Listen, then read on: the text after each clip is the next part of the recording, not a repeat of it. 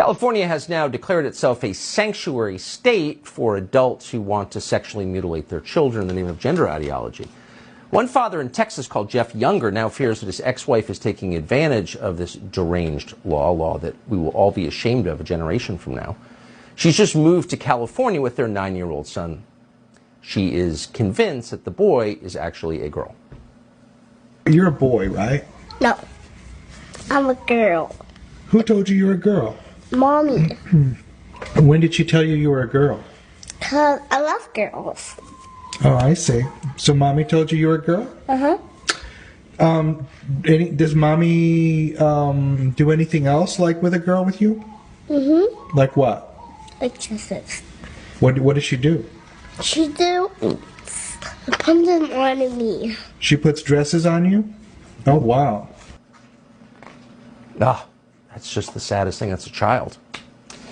Well, Jeff Younger, the father of that boy, went to the Texas Supreme Court to try to protect his son. He wanted an order to prevent his ex-wife from having the boy sexually mutilated in the state of California. But the court rejected his petition in an 8-1 vote. Shocking. Jeff Younger joins us tonight. Mr. Younger, thank you very much for coming on. Boy, you watch that video and it just hurts.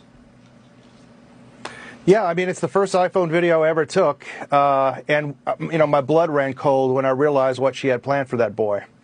And, you know, it escalated to eventually she registered him in school as a girl. I had to shut that down. So the Capel School District began to secretly transition my son. I'd bring my son to school in boys' clothes, and they'd give him a dress and make him use the girls' restroom. And it even escalated further where she began to present him to the world as a girl. I lived under temporary orders from a court where I wasn't even allowed to tell my son that he was a boy, where I had to present him to the world as a girl. And, you know, his twin brother got completely confused by all this.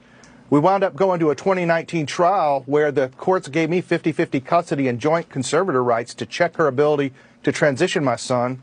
And the corrupt Democrat establishment in Dallas County transferred my case into the 301st District Court with Judge Mary Brown, and she never implemented the trial with a jury verdict, and through temporary orders, stripped me of all my parental rights and eventually allowed my ex to move to California right before, just a few days before, the sanctuary law in California went into effect. So it's so upsetting. I mean, we're talking about destroying a child's life. 9, you know, even last year, people who were in favor, who believed that you could change sexes by active will, even they would concede 9 was too young. Now we're just completely off the rails. Yes. Did any adult in authority step up to help you and protect this 9-year-old boy? No. She started transitioning when he was 2. She tried to enroll him in a gender clinic when he was 5, the Genesis Clinic in Dallas, Texas. The pediatrician's records show that she intended to chemically castrate him at age 8 or 9, his current age, and then he magically moves to California. You know, I don't think this is an accident. Absolutely no one in the state of Texas has stood up for me except for Ken Paxton, the Texas Attorney General.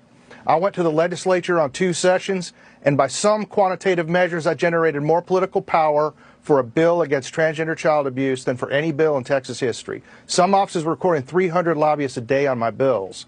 We could not get that bill passed because the Speaker of the House, Dade Phelan, blocked those bills from passage. So the legislature did nothing. The governor did not mobilize the agencies to protect Texas children from these abusive procedures, sterilization and chemical castration. Did nothing.